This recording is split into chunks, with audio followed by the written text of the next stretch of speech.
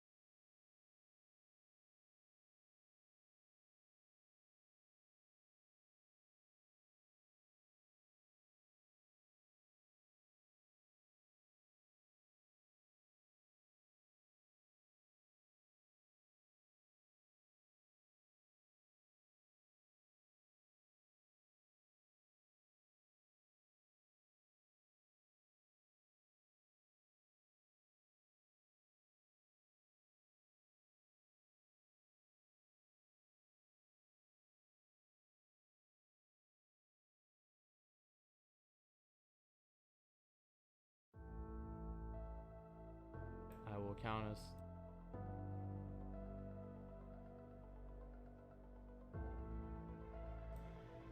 Season openers are a shot at a new beginning and a time where everything gets put right back on a fresh slate. Today, we bring the fresh slate to a brand new season as we welcome you to KBRN's coverage of the LWRC BuzzBomb Race Paint Series live from the Virtual World Center of Racing and the Daytona International Speedway. And along with you, back for LWRC coverage for one more season is myself, Kenneth Bueno, alongside Francisco Bacallao up at the commentary box. And after Homestead, Francisco, we've had our time to assess what was going to be the case for this brand new season after Aiden Kirker took the title just a couple of months back. And as we step back into the rhythm here, the center stage right now can be taken from anyone starting this afternoon. Thanks for having me on here, Kenneth, and I'm excited for a brand new season. And the biggest change in the off-season has been going from the Cup cars over to the Xfinity cars. The first time we're covering the Xfinity cars on here, and I'm excited about that. That could offer some new challenges. We may see some new contenders with a different car. But yeah, you mentioned it. Aiden Kirker took the championship, which we last saw at the end of November on Thanksgiving weekend. And ever since then, we were under the impression that we'd have the Cup cars. But with the solid change about a week and a half ago, we're going to be having these new cars. And I'm just excited to get the season underway. Qualifying right now going on. We have about just under 4 minutes left, so we can have a couple of recaps and talk about what we have to get across to our audience before we get going. And of course, you did mention the change from the NASCAR Cup Series machines over to the NASCAR Xfinity Series machines. And when you talk about these two, Francisco, I know it's a very, very large change because last season we saw the benefits and some of the deficits that came with the NASCAR Cup Series machine itself and the package that it runs on. Obviously, looking at about 550 horsepower on the main ovals with a high downforce package. Car really feels like it could plant anywhere you really want it to, and it feels like it has a lot of grip, especially under fresh tires. Then you go look into what the Xfinity Series car is all about. Low downforce pretty much all the way around the ballpark. There is really no high downforce setting, and you have all that power every single track. There's really no change, and these cars, they handle a lot differently in the draft compared to the Cup cars. You've mentioned a lot of suck up, a lot of big pack racing with the Cup cars in the Xfinity Series. It's a whole different challenge with those machines, and tonight will definitely be one of those challenges. Do you see any of those challenges presenting itself starting here today? You think maybe the drivers already have some sort of handle on what these machines are all about? Yeah, the Xfinity Series cars, they definitely handle also a lot differently, and the plate tracks as well. A little bit less power, so they will be going slower, but that doesn't mean that they can't get side-by-side action, and we can potentially see some three-wide racing. But for the most part, we will see them probably double file, forming two lines, one on the outside, one on the inside, as we traditionally see. The outside will have its fair share of momentum on the straightaways. They have to check up a little bit less. They can sort of run a lot more throttle, and that's what enables them to really stay with that inside line. So we're going to see that be present with these cars as well. And right now, at least, what's very interesting is that there is group qualifying going on. I've seen the pack go around a couple times, so there is group qualifying for this race. So that makes the pole a toss-up.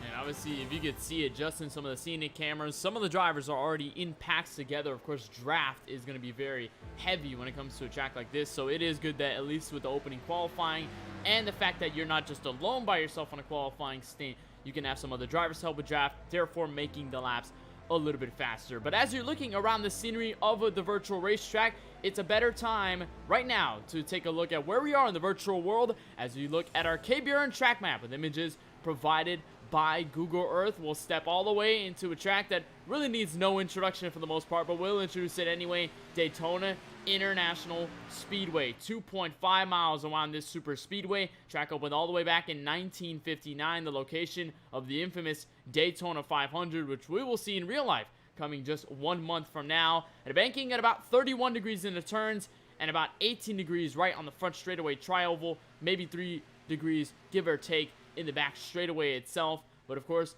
a very, very iconic venue, Francisco, and one that obviously we've been talking about for years and is one that will pretty much stay in NASCAR history for the most part. And I think when it comes down to season openers, you're probably looking at Daytona to be that main venue, that main namesake, and pretty much it's not going to be changing here whatsoever like we saw with last season. It doesn't matter what you race in. Daytona has a prominent name in all of motorsports. We see different types of motorsports come here. The motocross, they have their Monster Energy Supercross Series that run in the trials in that dirt.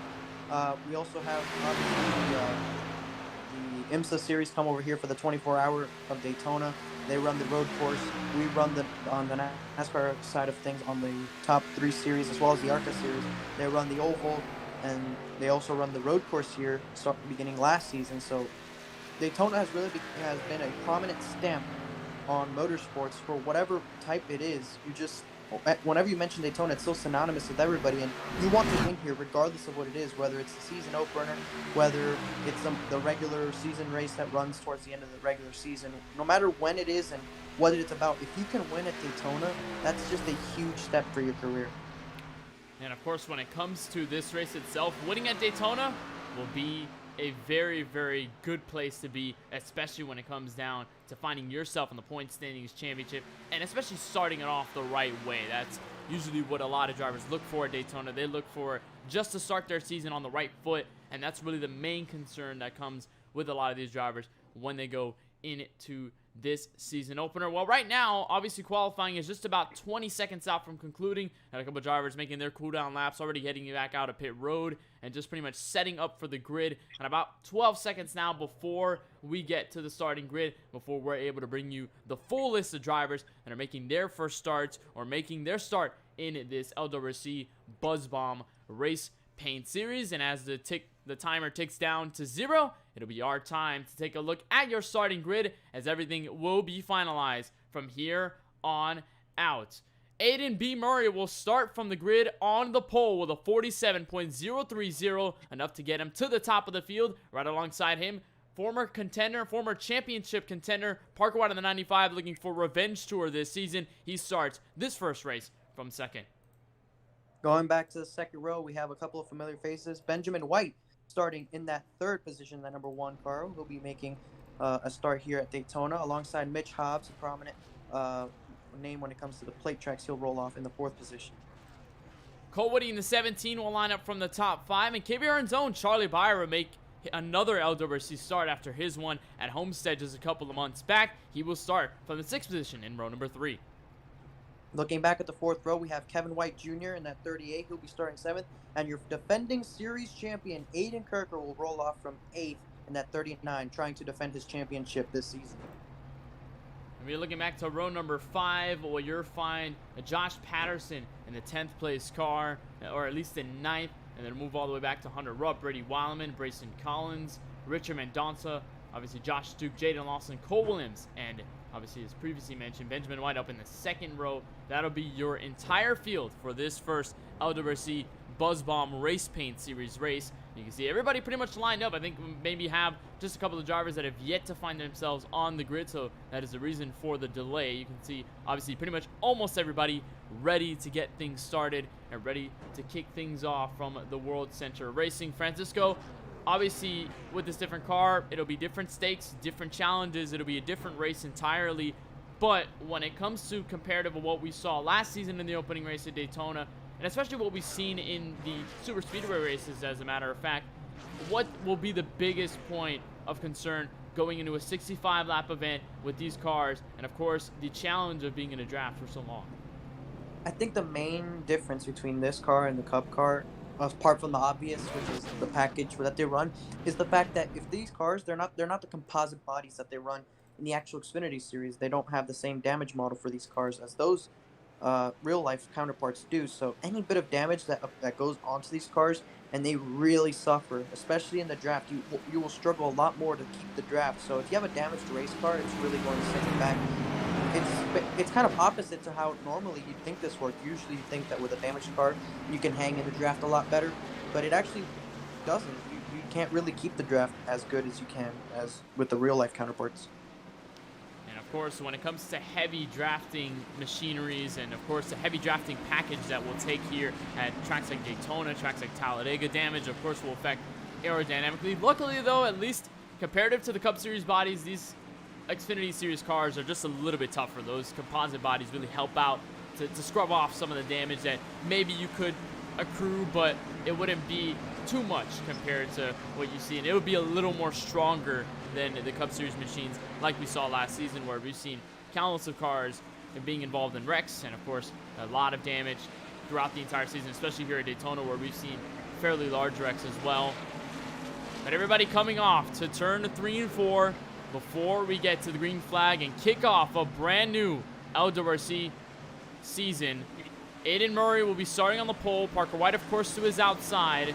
Remember, White was one of the Championship 4 contenders.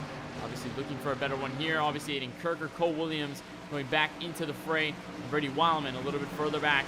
But we are ready to kick things off at a brand new time for 2021. And as they come into the Trial Bowl, Aiden B. Murray will lead the field to the green flag. We're up and away for the LWRC Race Paint Series.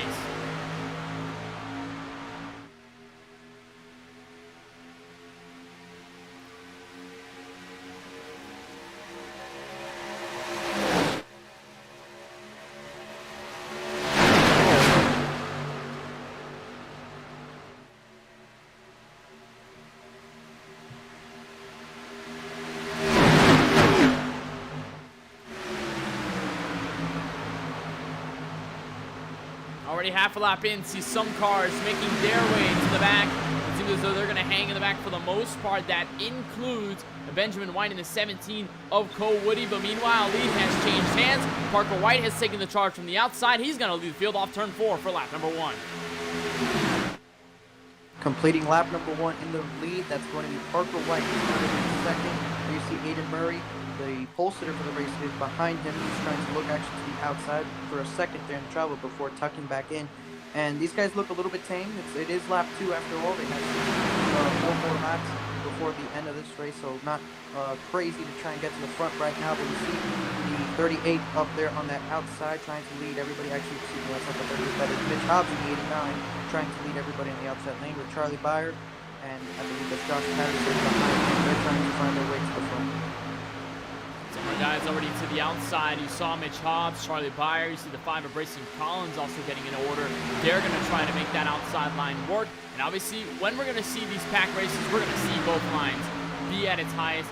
Third lane possibly could come into question. However, it usually becomes at a braver move for some drivers, and you would need a really good pack in order to really make that third line be potent and especially make it look all the way to the outside. If you're a watcher of the KBueno Racing Network and you've seen the Bunch of Lawn Care series when they were at Talladega, we saw early in this stint where they were at third line. Corey Hartz and a couple of his teammates are making things work up to the top, and they were able to surely grab the lead before falling over to the guys on the inside and the middle. Speaking of the middle, Mitch Hobbs has found his momentum to the middle. Help with Charlie Byer in the number 7. He's going to edge out in turn 3. Josh Patterson made an aggressive move in the trial with the last lap. He was able to go from 5th on the inside up to 3rd on the outside. He was splitting it 3 wide, and that gave the outside a little bit of momentum down the next grid where we saw Mitch Hobbs go all the way to side-by-side with Parker White. Right now, he's on his quarter panel trying to stay side-by-side with him. You see up front, nobody else. So the focus for that 89 is trying to get in front of that on the inside lane. So pretty even up front. Both lines have some pretty good help right now. Everybody making things work as of the moment, and you can see there were just about 6 cars up to the top. It changed now to just about 3, maybe even 4 if you count Brayson Collins a little further back, maybe even 2 if you count Josh Patterson making that move all the way to the high side. He's going to try to find some sort of help, but it doesn't seem like that will be the case. But also something, Francisco, when you go into these super speedway races, you have to take into account the people you're around. Of course, there are some drivers that are friends with others, and they are in communication with them during this race. Of course, teammates for that matter.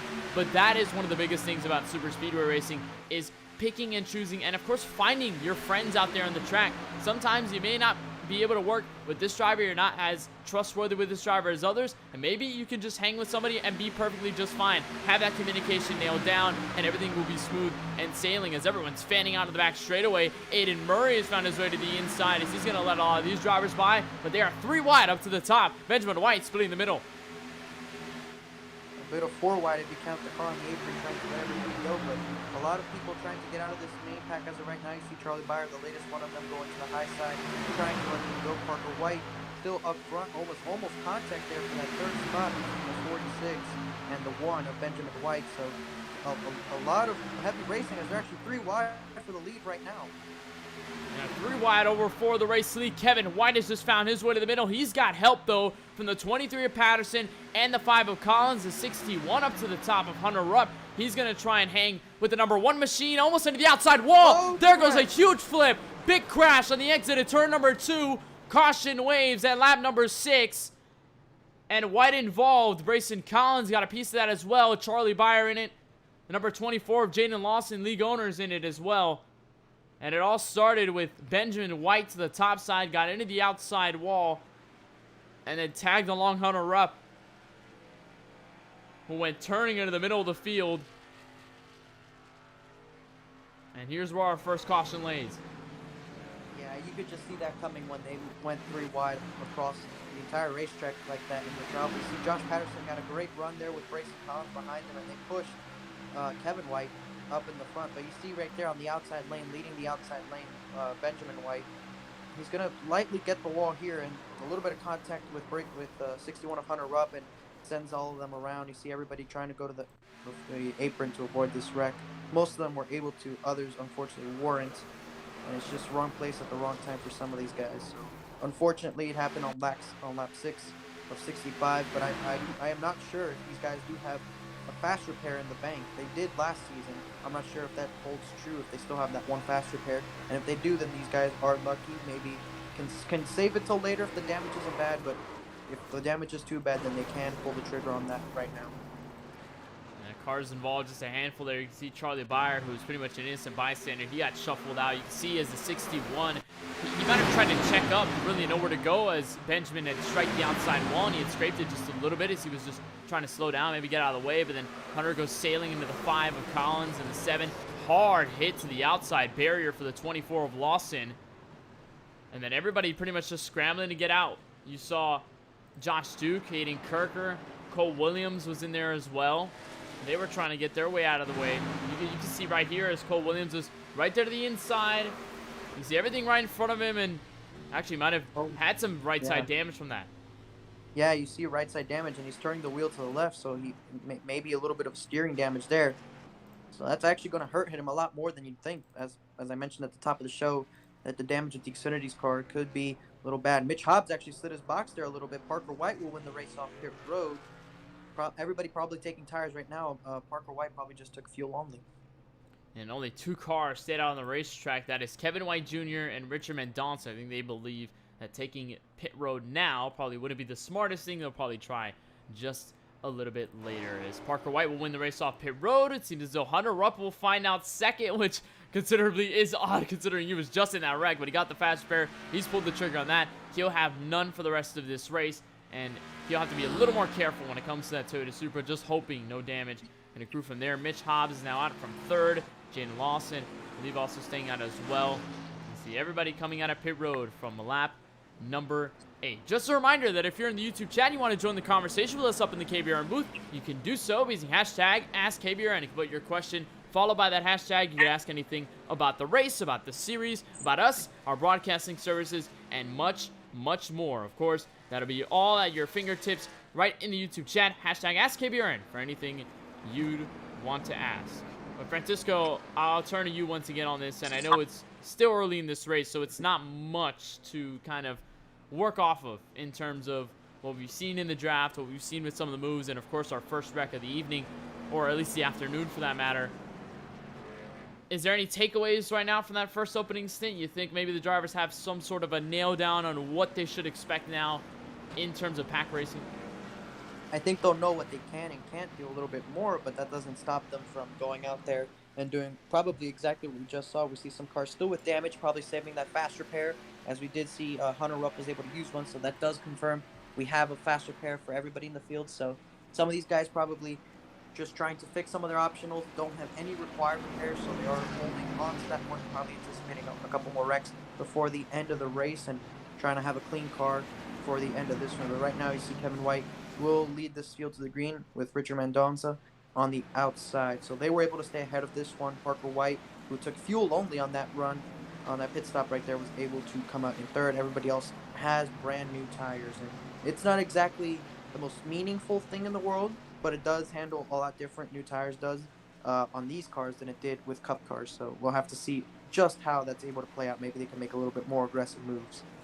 Yeah, here at the super speedways, tires don't necessarily mean too much because you're pretty much just holding it wide open throughout the track, and there's not necessarily a need for laying off the throttle, kind of hitting on the brake, unless you're just trying to dodge an incident or for any reason, obviously going down pit road.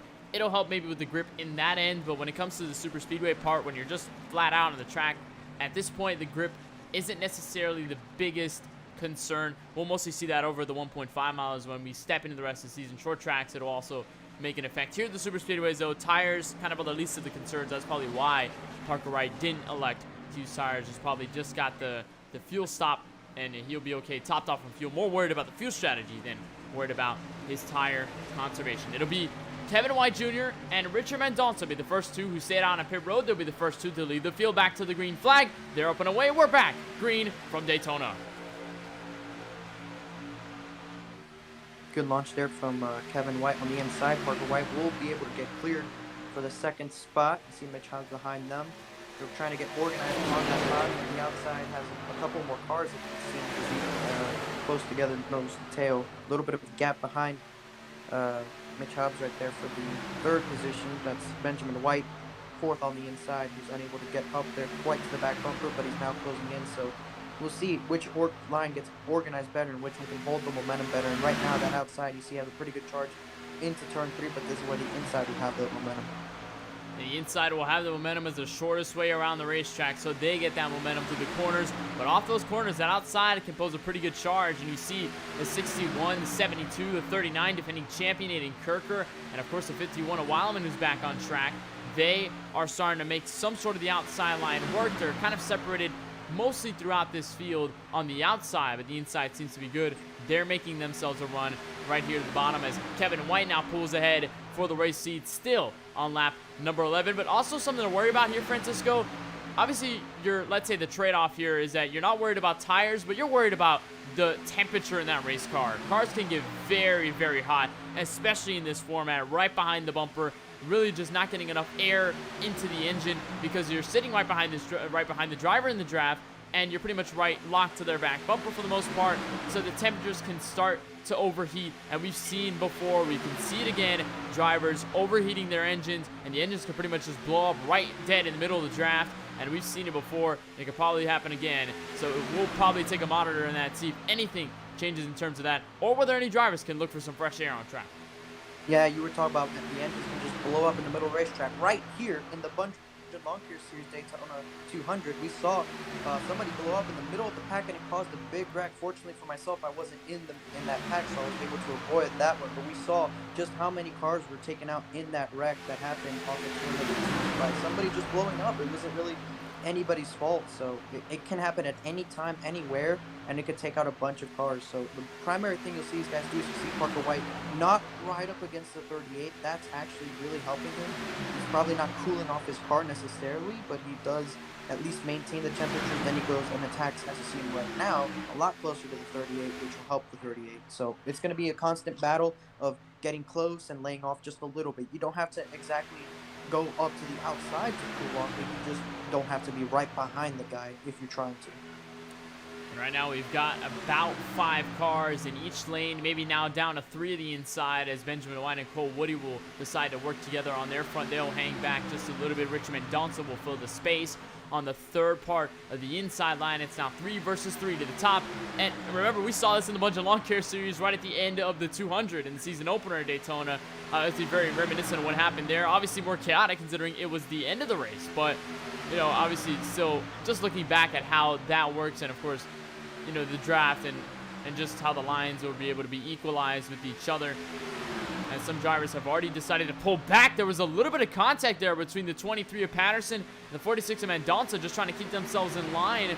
Almost a bit of contact there, but I think we can all say this, Francisco, as iRacers and sim racing. I think that's one of the good things about, and the cool things about sim racing is that you can experience what the drivers are experiencing right now in the exact setting, the exact same cars. If you got a couple of people, you got a couple of friends, or you got a league you run, you can do the same thing right there as Mitch Hobbs tried to clear himself to the front. He will be able to get there, and just right in the middle, Patterson, what a save to the middle. White trying to hold on to the inside. So how did they not wreck? Wow. It's beyond me.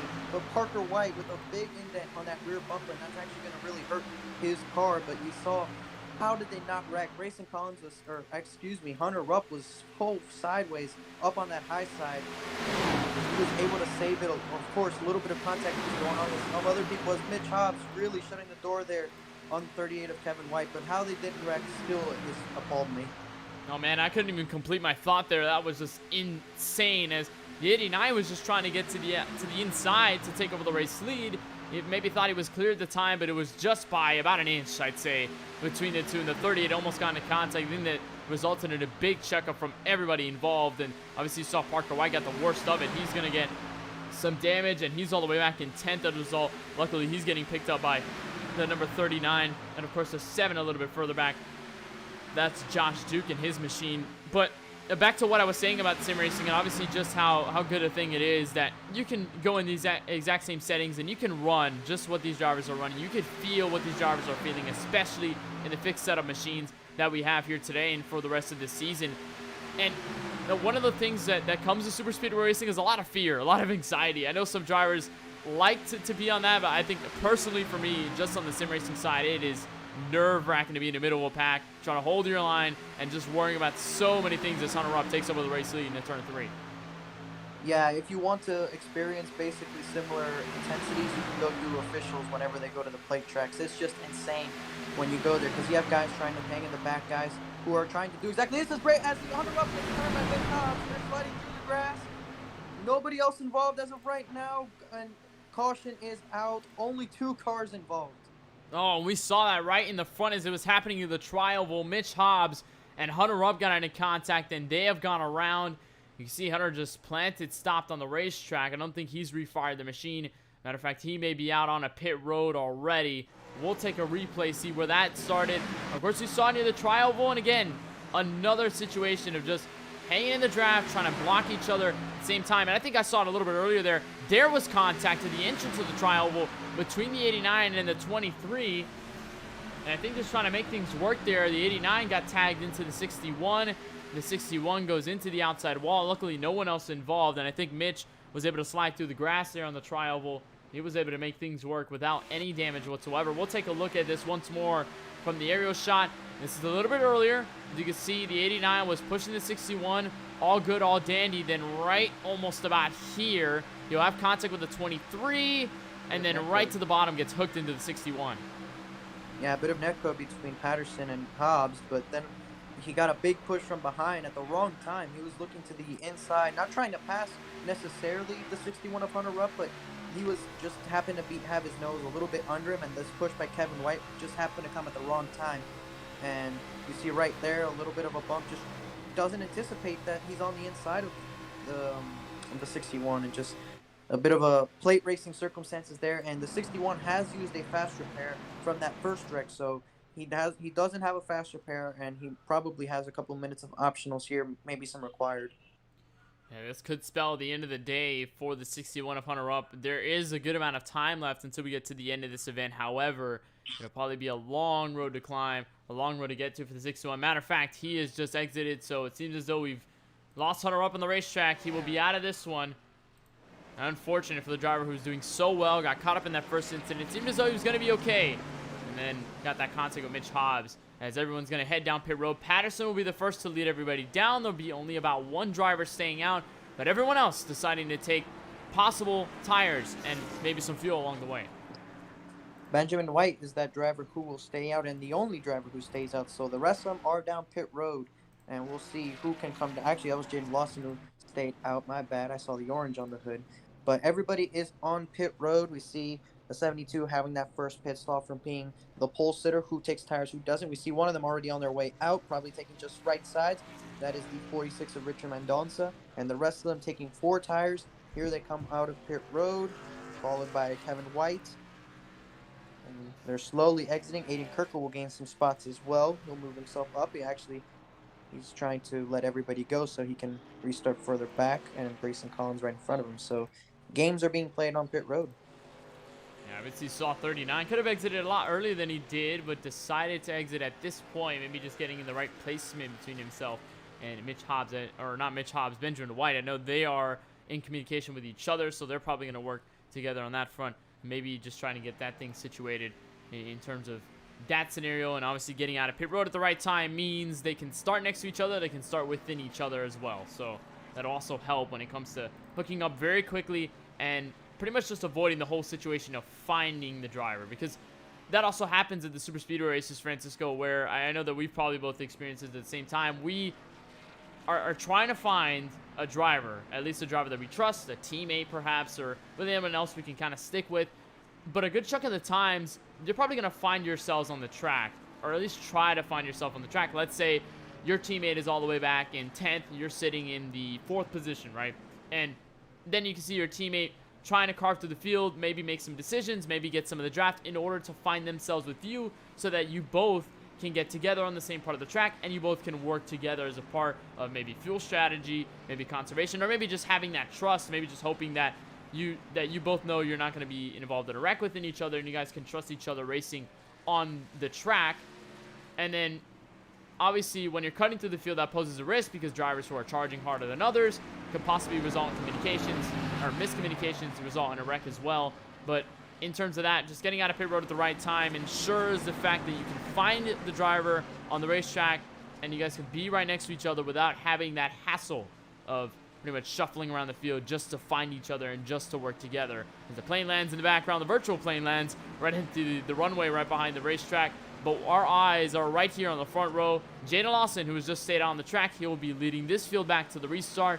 With Richard Mendonça being second, Kevin White third. Grayson Collins will line up row number 2 and 4th, with Benjamin White and Andy Kirker in this third row. Parker White and Mitch Hobbs will be in the 4th row, with Aiden Murray, I believe Josh Duke a little bit further back, Cole Williams, Charlie Vire, all of them catching up to the field. Charlie just burned up his fast repair. But this is what our field will look like. Lap number 21 of 65 when we go back green. We'll have 45 laps to go, and I'm not exactly sure if we have a full 100% fuel fill or not, but if we do, then whoever just pitted here to top off has a chance of making it to the end, even especially if they get help from one caution or so. So if it is 100% fuel filled, then that's a possible strategy on that front that can stay out the rest of the way if we have any more yellows. But a pace car making that left turn on the pit road, the field's in the hands of Jaden Lawson, who will lead them back to the green, and he is going as the 2 cars rapidly catching up the tail end of the field. They're going to try and catch up there. No Kyle Busch in the restart from them. They're able to check up and get right into the draft.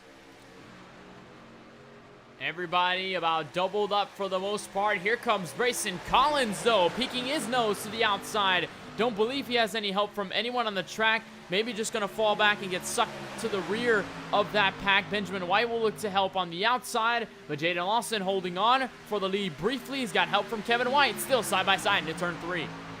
Grayson Collins trying to be aggressive. Unfortunately, that didn't work out for him. You see Josh Patterson, a presumed teammate of his, going up there to help them, but they're going to be clear of that second row. Well, not for long, as actually somebody made a move to the middle there, but they're trying to settle out here. Aiden Kirker going down to the bottom as they're momentarily 4 wide, him on the apron, trying to let this main group go, stay behind the field, knowing that there's still 44 more laps that they have left to complete before the end of the race. And being up front now doesn't mean Benjamin White tossing his car to the inside. He's going to go for the lead on Richard Mendonça.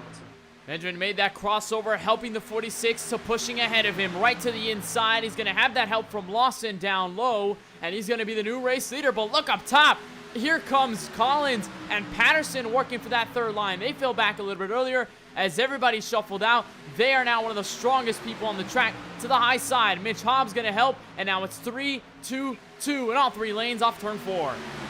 Parker White went from the middle to the bottom, and you see what that did there. That just gave all the momentum to Benjamin White. Josh Patterson kind of backing off there. Grayson Collins will probably follow suit. Probably not feeling comfortable with this 3 wide at the moment. They don't have that much help. You see, most cars are kind of on this inside lane. They're kind of strung out a little bit. About 3 cars really in this main part of the outside. You see Cole Woody trying to find his way up there into the top 5. He's in 6th right now. Cole Williams, I believe that is, in 7th right behind him on that inside. They're trying to find their way up there. And this pack has really kind of dwindled down on the outside. It's mostly single file. And I think everybody just trying to hang on from what they can. They've seen what happens when you can stack up the high side and things can get very, very sketchy. on each and every end of the racetrack. Kevin White, who was previously just right behind the race leader and just helping him to the bottom, he shuffled out of the pack. He decided it was a little too sketchy for him, so he's now at the tail end of the top side, about the 4th car up there. You can see him right there in that wine black Podium Esports Toyota Supra, rather. But here comes Mendonça. He's going to actually door Mitch Hobbs around at the top of the field. And as just we were talking about a wreck, there goes more drivers involved. Brayson Collins involved. Cole Williams involved as well. And another crash on lap 24 will set us under our 3rd yellow of the evening. Yeah, these wrecks have seen them been happening every 8 or so laps. As we get a couple laps into the run, a push goes wrong, and around goes somebody. We'll try and get a replay here and see exactly what happened between Mitch Hobbs and Brayson Collins. It happened in the middle of 1-2. You see right there, Brayson Collins behind Mitch Hobbs, just trying to get the outside going, I presume, and he gets right into the back of Richard Mendonça. Has to lift a little bit of neck code actually between the 46 and the 89, and you see Cole Williams get right into Brayson Collins. That's going to be a bit of damage on his part, maybe trying to save the fast repair and won't use it just yet. You see Cole Williams unfortunate there. Josh Patterson able to slide through. Charlie Byard going through the grass to avoid that one. No damage to him from that, and Josh Duke was also able to avoid this one. So unfortunate there for Kevin White, who had a little bit of contact and ended up in the wall. Yeah, you can see the communication there between the 46 and Mendonça. Saw him just very close to the door of the 1 of Benjamin White as they were entering turn number 1. You can see it in the middle of the corner. I think there might have been a little bit of a shove from Mitch Hobbs that kind of set him off pace, and then Hobbs gets into contact, gets in a Brayson. Kevin White also suffers some damage as well. And then Cole Williams, who pretty much had nowhere to go, was all the way to the bottom. We'll get another look on the inside of the cockpit from the number 38 of White. Here's on board as the chaos unravels in front of him. Again, it looks like there was a bit of neck code after the 46 got sideways on the right rear of his with the left front of the 89, and after he corrected the car. I don't really blame either driver on that. That just looks like it was a product of neck code, because the 46 didn't really have any sort of momentum going up the racetrack into the 89. It's just kind of unfortunate what happened there with the neck code. Hopefully nothing bad comes of either one driver for that, but down pit road, and it looks as though it is everybody who's going to come down. And Benjamin will lead the field down. You saw Eddie Murray kind of accelerating just a little bit. He went back to his position in 4th, and he'll reckon with the rest of the field as they decide to go down pit road. Obviously, guys like Kevin White, Brayson Collins, all of them going to get damage repair. But for the main field, it'll mostly just be tires and fuel, just making sure they've got everything set. Parker White decides he's good to top off. He wins the race off pit road. Mendonça will follow suit to 2nd, and now it's toss-up as to who will follow in through 3rd, and the rest on out. Looks like Benjamin will take that podium spot off of pit road. Lawson will try to look for the charge, maybe side by side with Hobbs as he's burned up his fast repair as well. Maybe the rest of the drivers heading off of pit road, and again, pretty much every yellow, it's been the same thing over and over again. Go down pit road, get tires, get fuel, get damage repair, whatever you need. Everyone pretty much going at the same time. Not really much of a split between. But this time, we didn't have drivers stay out at the front. So we'll have the winner off of pit road be the leader right when we get back to the green flag here. Parker White able to get back into the lead after that near incident that happened in 3 and 4 when we saw him get sideways. I'm still baffled how they didn't wreck that one time. Yeah, that was very, very close with White, and that required just a lot of wheel work for the 95, 61 of Hunter Rupp, and just pretty much everybody in that group, especially for the 95, as he was caught right between that apron and the banking and the 31-degree banking there here at Daytona. It's very hard. You can get very loose when you get in between that little seam where the double yellow line is, and of course the 95, maybe a little help from the apron, but a lot of wheel input in order to save that car. What a masterful job for the 95. And speaking of the 95 of Parker White, we've discussed him all too much right here on the KBueno Racing Network. We've seen him in pretty much every series we've covered for the most part. If you watch the Bunch of Lawn Care series, he's in that as well. He picked up his first win right here at Daytona, but just on the road course and an LWRC competition in the NASCAR Cup Series. Last season, he was one of the Championship 4 drivers, was on the edge of winning the title before contact with Cole Williams sent them both around the exit of turn 3 and 4, which gave Aiden Kirker the inevitable championship right when they came to the front straightaway. It was a heartbreaking moment for the 95, and he will be the first to lead the green flag. He'll be the first to jump on the gas pedal next time around. Should be at lap number 28 of 65. Still not about the halfway mark of this race. We'll get that about, I'd say, lap number 32, 33. So we're still just a little bit of ways out And right now, we've only got 2 groups filed in double file. We'll wait for everybody to get in line together. For Francisco, we've had a lot of chaos, I'd say, probably comparative to last season where it wasn't as much. But here this afternoon at Daytona, it's seeming to unravel very, very quickly.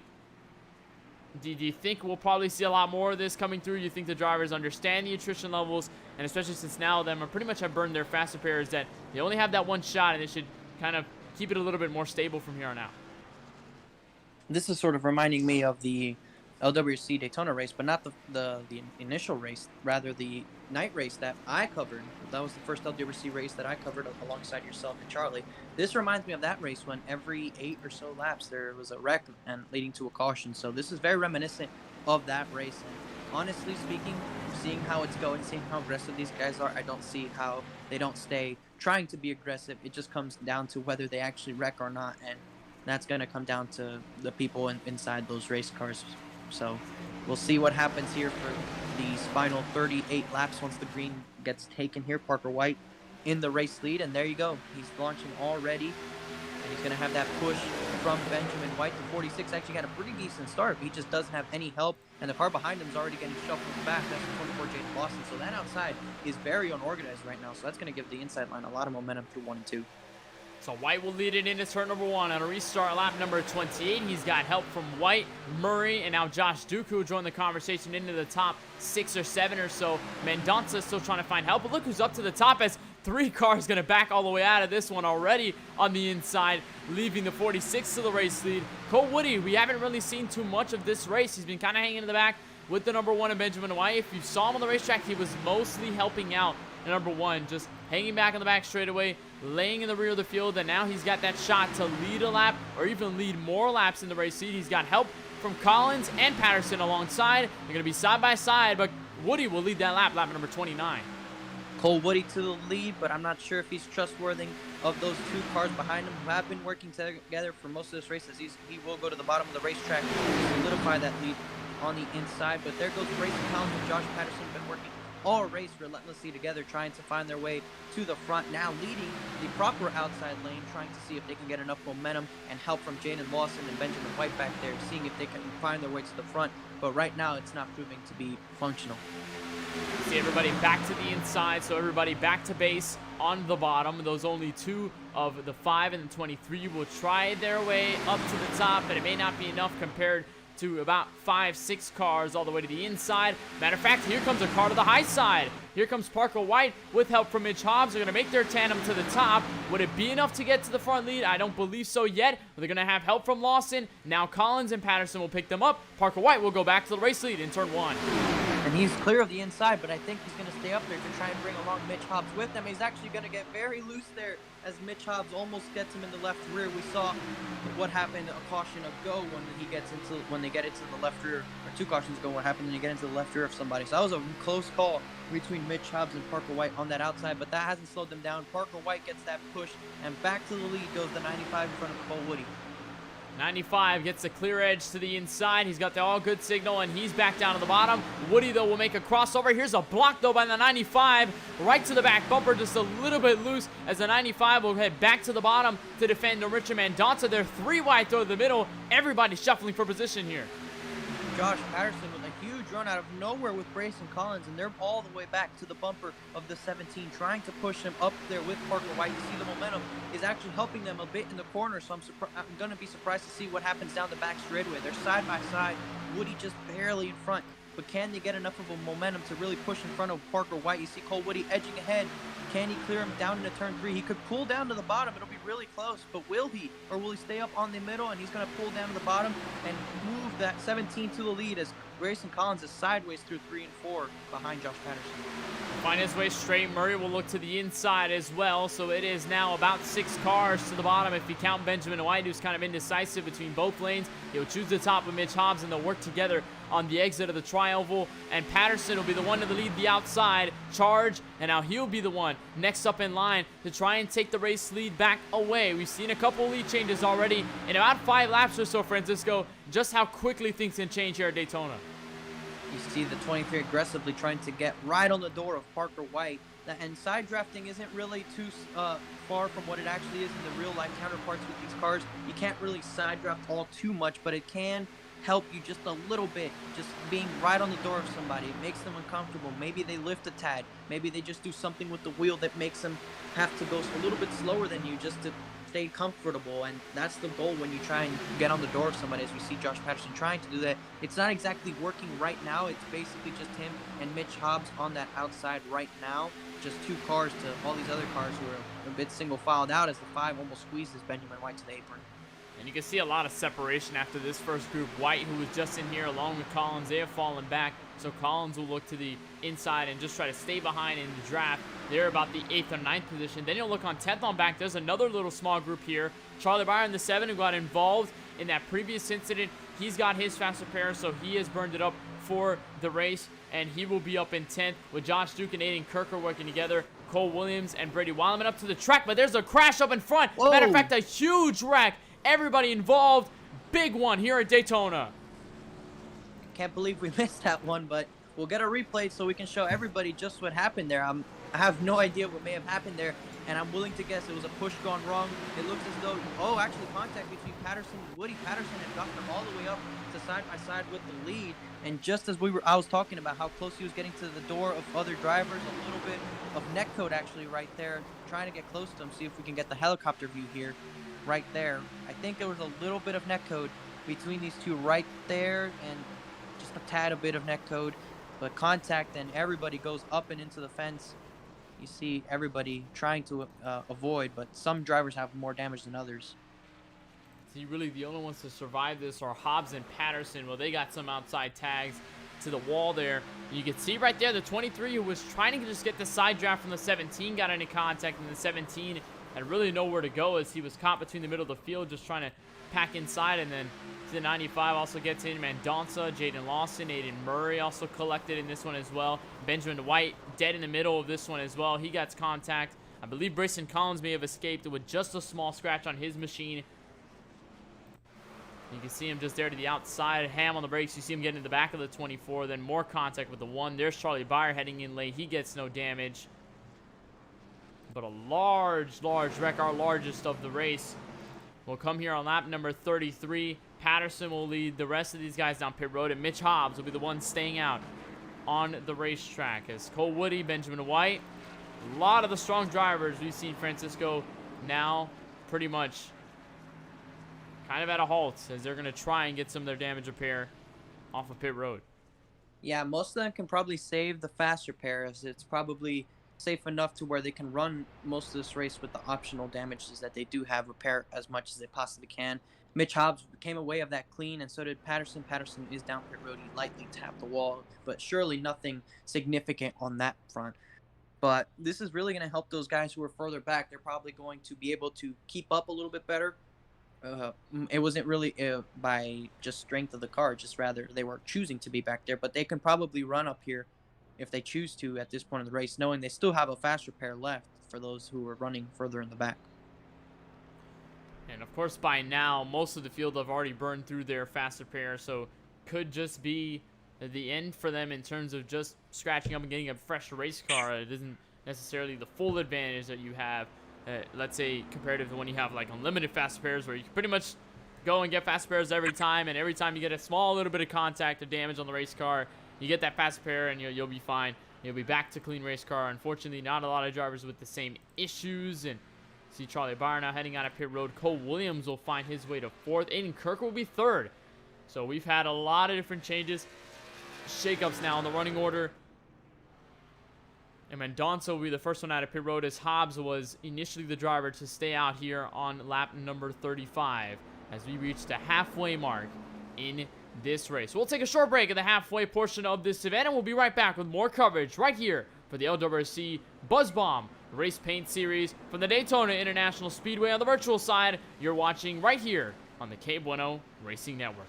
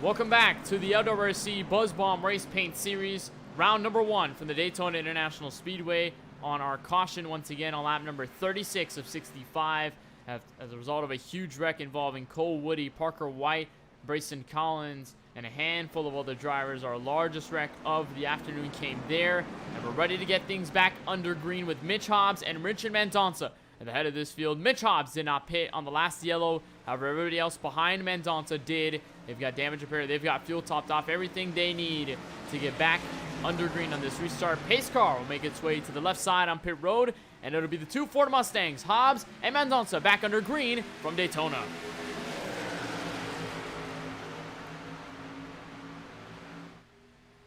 You see further in the back, one of these cars got a great launch. Half the field, or not half the field, but rather a third of these cars you see back there trying to get up to speed. They are up to speed, but trying to catch up to the pack to at least stay in the draft. One of them being Parker White, who was able to catch up, but there was 2 cars further back. I'm not sure if they're able to catch up in time, as most of these cars are already getting up to speed, and they were likely damaged.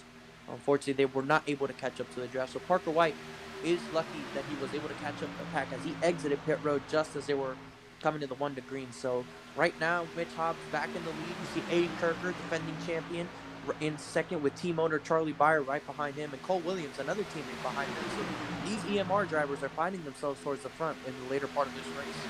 And all 3 of them together here, 39, 7, and 42 along with each other. Well, Charlie is also a member of SPM Racing. However, he's the team owner for Yomita Racing, so he would work together. As you see, the 39, I think he's going to back out for the moment, and he's going to try and head himself to the back of the field and maybe hang back in the draft and be in anticipation that something's going to go wrong up at the front of this field. But so far, mostly single file. Nobody really heading up to the top just yet for now on this green flag stint, but we'll just see how that ends up all together. And you can see what a caliber of drivers here. Mitch Hobbs will be making some of his first starts in this series. Of course, in the LWRC NASCAR Cup Series, didn't see him pretty much at all throughout the season. Good to see him making his first start. Charlie Byer made a handful of starts in LWRC, especially with his run over at Bristol about a couple months ago. That was a lot of fun to watch with him, Cole Williams, Josh Duke, and the whole playoff battle that was going on there. Cole Williams, obviously former Championship 4 driver last season. Benjamin White, a new driver this season. Brayson Collins, I believe, returning once again for this season, as well as Mendonça. But at the moment, everybody's still single file. It seems as though nobody's going to trade any sort of position for now. I think at this point in this group, it's about staying consistent, hitting your marks, and just staying clean. Yeah, you can also add my name to one of the list of new drivers. I'll be looking to make a couple starts in the latter portion of this season, but for the most part, I will be in the booth covering races with you. And right now, these guys are single file, probably just trying to wait it out. They were able to get single file. There was a group that was a little bit further back that kind of lost touch with the lead draft. You can see them just barely out of shot there. But most of these guys are single file, probably realizing it's probably best to wait it out for a couple laps, let a couple laps tick before trying to make some serious moves happen. And right now you see single file for the most part. Josh Patterson trying not to stay single file. And you can see, of course, when everyone's single file here and everyone's pretty much in this line, nobody's electing to go up at the moment, but it is still up in the air. Somebody could make that move. We've seen Patterson do those sort of aggressive moves here and then, so maybe we could see him try to form some sort of line up to the top. But at this point, Francisco, I think right now the mindset of the drivers, especially with the chaos they've seen unfold this afternoon, is right now just stay in this pack, be clean, be all the way to the end, because you can be as aggressive if you want, but if you make a mistake, you get into a wreck, especially if you use up that fast spare and you get into another accident, that spells the end of your race for good. And then at that point, there's no really mindset of being there at the end of the race, because you won't be there because your car will be totaled out in the garage. So I think that's what these drivers are keeping in mind at the moment, just staying single file, making sure they get to the later portions of the race, and then they can start to race and maybe tackle for positions and then try to work over for the race lead and all that, try to work together to find their way around the driver in the catbird seat. And that's also something here at these super speedway races, Francisco. If you're in the lead, you might be in the clean airs. There's a crash right behind. Brayson Collins got tagged. He's around in the middle of the field. I don't believe anyone else is involved. I don't believe there'll be a caution as well. He was sliding there to the bottom of the inside grass, and no yellow will stay green. Wow, I'm not sure what happened there. It looked like maybe got a push wrong. He tried to go up to the outside. There was 2 cars trying to go to the outside. I believe it was Josh Patterson, being one of them right there with Cole Woody, and I think the 5 tried to join them, and Oh, he just came up just a tad bit too late up on Cole Woody. So we see Cole Woody and Josh Patterson make the move to go to the outside. I think Brayson will see that, but he moves up too late, and a little bit of contact there, and he slides across the racetrack. Aiden Kirker misses it. He will lose the lead draft, though. So Brayson Collins down pit road, no caution, to stay green. And now this lead draft is down to 7. And it's down to just 7 cars in a single file pack, and you saw Woody and Patterson were able to hold on to their race cars. They could have been involved in this as well, and that would have certainly triggered our yellow flag once again as we move over into lap number 43. And as we're already past our halfway mark, it's a good portion to look over at our KBRN race summary presented by Supermix. Completed about 42 laps on track. Still about 23 laps to go. You're, of course, your leader in the 89 right there. That Valvoline Mustang is Mitch Hobbs. We've had 4 cautions for 10 laps so far. We've had 15 lead changes, most of those happening down pit road. However, a good chunk of them came over from some of the drafts that we're having into these packs. And speaking of drivers and packs, here's another pack to the outside. The 17 and the 23 once again trying to work together in a tandem. They probably calmed down after Brayson Collins came up on them, but they're trying to make one more run, trying to see if they can make the outside work, because interestingly enough, on iRacing, if you're running double file, you actually go faster than if you're going single file. You're checking up a lot when you're going single file, which is a contrast, once again, to the real-life counterparts of these race cars, which is strange to think about, but these guys going double file actually makes them go quicker than if they were to sit here in a line like they do, which is the trade-off of why you run double file instead of single file. Single file makes you safe, but you run slower than if you were to run double file. So it's just a trade-off of, do you want to go faster or do you want to continuously check up? Because at some point, all the checking up actually gets to you. I know it's gotten to me a couple of times before, just continuously checking up. So it's just a trade-off between these guys. A little bit of contact, Cole Woody with the one of Benjamin White. You see Josh Patterson dives to the side to avoid that, and that shuffles out that one. So Josh Patterson is coming out good in these instances. He's able to get himself up to 4th, and now goes to the outside in front of Benjamin White, but Benjamin's not going to go up there. He's easily been one of the more aggressive drivers. He's been trying to carve his way to the field, and here is another example of that. He's trying to look to the outside to side draft on the 42 of Cole Williams, trying to get advantage off the corners from those checkups onto the bottom, but it might not work for the time being. He's got no help up there, and now he may file out behind Richard Mendonça for the most part, as they're going to be staying in the draft. Pretty much these 5 cars all together, and now he'll single file out. So now with about 20 laps to go, it's pretty much these drivers from 1st to 7th. You're finding the drivers behind that mark, Aiden Kirker and Josh Duke, 8th and 9th on the racetrack. They're about, I'd say, 11 seconds off these guys up top or in front. So they have a long way to get there. And if you look even further back, Parker White all by himself in 10th, Aiden Murray in 11th with a damaged race car, Brady Weileman, who's 2 laps down, Jaden Lawson also 2 laps down, and Brayson Collins, who's stuck on pit road with that recent incident. So those drivers' nights or afternoons are pretty much over for the most part. And right now, everyone just sticking single file. No changes in position from about the top 5 or so, as Aiden Murray is going to get lapped there to the outside. And at this point, if there's no yellows from here on out, Francisco, if you're that 89, do you have sort of concerns that the drivers behind you are already finding a plan to get around? Mendonça actually got shuffled out in 1 and 2 there, so Josh Patterson is up into 5th. Cole Woody is in 6th. You see a bit of a gap behind them. But if I'm Mitch Hobbs, my concern is the fact that there are 2 teammates behind me. Maybe they're not official teammates, as you mentioned, Charlie Byer on SPM, but him being the owner of that 42, the driver of the 42, maybe they do work together to try and make a move here for the win. And then it comes down to, does Mitch make the right blocks at the right time to really go up there and keep that lead and get the win? And you see back and forth, Benjamin White, he's an ally of those 2 in front of him. So right now, Mitch Hobbs, even though he's leading the race, he is not in that great of a position, because he has a couple of people behind him who are willing to work with each other to get past him once the time's moving right.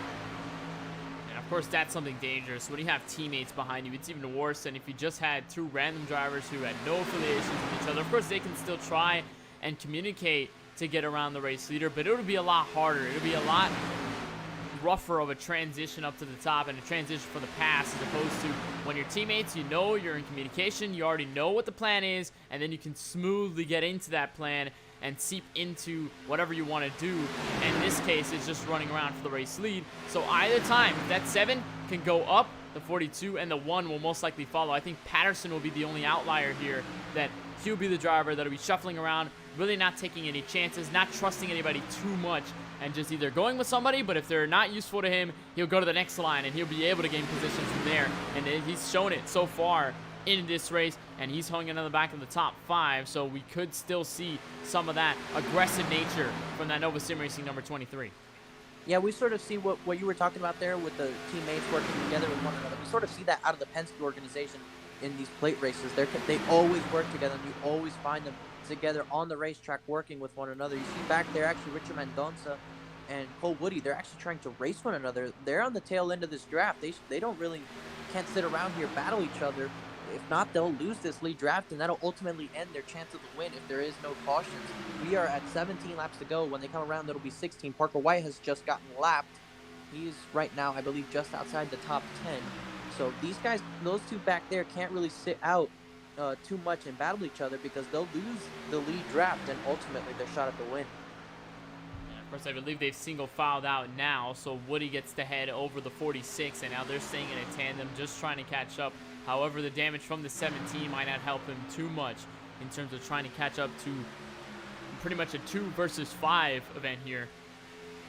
As they're staying through with about 15 laps to go, just crossed over the bridge on lap number 50, so already getting to the end of this race. We've had our 4 yellows. We could still see more. However, the amount of drivers and the attrition we've seen here tonight, that might not be the entire case, as it's still stagnant between the top 5 at the moment. Hobbs, Beyer, Williams, White, and Patterson being in this top 5. We have just 1 Chevrolet Camaro, 2 Toyota Supras, and 2 Ford Mustangs in this group, all separated within each other, kind of in a pattern, as you will, as they're all sitting together at this moment. And I know fuel's not a concern, tires are not a concern, of course. Maybe overheating could still pose a risk since they're so close together, but now at this point, it's pretty much just setting up that plan, getting through the motions and trying to figure out a way to get around Mitch Hobbs at the right time. And Francisco, I know the targeting of the time and getting that window in is also very important as well, because you can get around them with, let's say, 5 laps to go, but then Hobbs will have help, then Hobbs will be a little bit more shuffled back, and then he could also kind of take back the race lead in his own way by getting a job for somebody else, and then forming up another plan right on the fly to get back around the drivers who were planning for this long to get around him.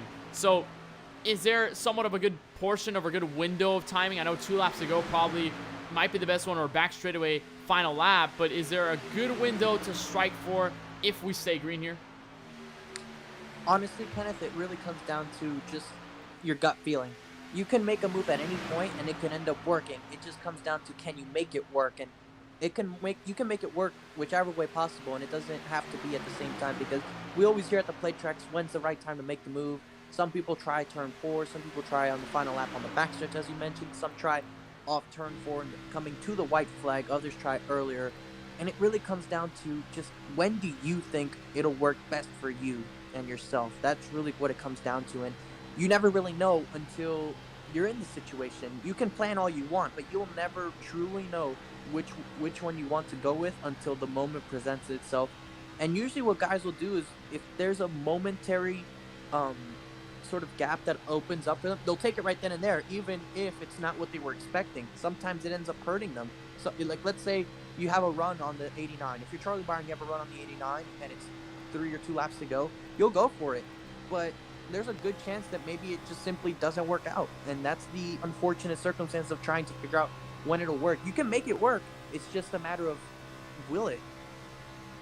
And of course, that'll always come into question. And also, positioning will also make a lot of sense when you're just trying to analyze where drivers can make those moves, whether they'll be able to. Sometimes the draft just gets too big, or at least the gap gets too big for drivers to find their way back up, and then it'll take them a longer time to suck back up to the driver in front of them. So that also could pose some sort of a defense system for the driver up top. If they're able to get that big of a gap, the draft may not have enough time to catch up to them, especially when it comes to the exit of turn 4. That's really where it's going to be, where you can find out who's going to be where, what's going to happen in the draft, and where the packs will be, because most of the time they won't shuffle from there. We might see drivers extend to the inside, maybe make 3-4 wide. We've seen it with Paul Granada at the recent Daytona race in the LWRC NASCAR Cup Series last season. We saw drivers just cutting through the lanes and getting into contact, just trying to make it to the finish line. So, of course, that setting off turn 4 will probably be where we'll keep our eye on, and we'll probably have our main picture as to what will happen and who will take the checkered flag. There's still a little bit of ways to go there, however, so we're still about 11 laps shy before we get to that point. Mitch Hobbs still your race leader, but I've noticed Josh Patterson, who's been at the tail end, he's falling back just a little bit from these main guys. Probably just trying to cool his engine a little bit. He's still well within the draft, so it's not a bit of a concern as it was for Cole Woody and somebody else, Richard Mendonça, back there. You see, they're actually separated now, so something must have happened to those two for them to be separated. A little bit of smoke on pit road there. I'm not sure what that's about, but they must have gotten separated. Something incident-wise must have happened that separated this two. That didn't trigger a yellow, but they are separated by a good margin and well behind the pack, so maybe they'll end up falling victim to Aiden Kirker and Josh Tuke, who are still together, I believe, on the same part of the racetrack, drafting off one another. But now we're coming to 10 laps to go this time by, and Mitch Hobbs still leading. They're still single file. They're still tame, but will stay that way until the finish of the race, and that'll come down to what are these drivers willing to do to win at Daytona, to win, to start the season, and any one of them could win it. Of course, look at the profiles of drivers here. Mitch Hobbs, new driver here. Charlie Byer, seasoned driver in this series, but still making his first start full-time, at least in this series. Cole Williams, who found his way to the championship 4 last season. Benjamin White, who's made a couple of starts. He's back in this as well, sporadically. Josh Patterson making a very good amount of starts in the Cup Series last season. He's also one of the seasoned drivers. So there are just a lot of different drivers, or maybe just a veteran versus all the seasoned drivers, all the drivers who have made just a handful of starts but have never really full-time run for a title, much like Cole Williams, who pretty much started every single race last season. We're coming now to about 8 or 9 laps to go from the Daytona International Speedway. Hobbs still out front. Byer, Williams, White, and Patterson, your top 5, unchanged for a while. And we'll see what happens as they enter turn number 1 for the rest of these laps coming through the white flag. An interesting point here. So in iRacing, with the way the tire model and the track models work out, usually at the plate tracks you'll want to be on the bottom, and that's pretty atypical in the real life counterpart as well. But what we'll never see is a dominant high side like we have seen so many times in the real life counterpart. Normally on a plate track you'll always see eventually they'll fan out to the wall at some point and they run single file there, and it is further away from the racetrack, but you're able to run more full throttle, so the momentum's a little bit higher up there. We'll never really see that on iRacing, as previously mentioned, from the tire model and the track model as is. But if it comes down to making a move for the win, it is so different trying to make one from the other. So right here on the bottom, if you want to make a move, you have to move up the racetrack, go farther, and you need help. To do so, you will need help. But if you're on the outside running single file, all it is just turn left. At any point entering this corner, you can just turn left, and you already have a big advantage. You'll have momentum from driving down the banking, and you're going the shorter way around. So if you have help, and here they go, a move is being made by Charlie Byer. He will go up with the number 1 of Benjamin White and try and go for the lead. Cole Williams stays on the bottom with Mitch Hobbs, Josh Patterson pushing those two ahead, and Charlie Byer to the lead with Benjamin White behind him, who's trying to clear for second but won't be able to. So Charlie Byer, a fellow broadcaster of ours from KBRN, finding himself in the lead, coming to 7 laps to go.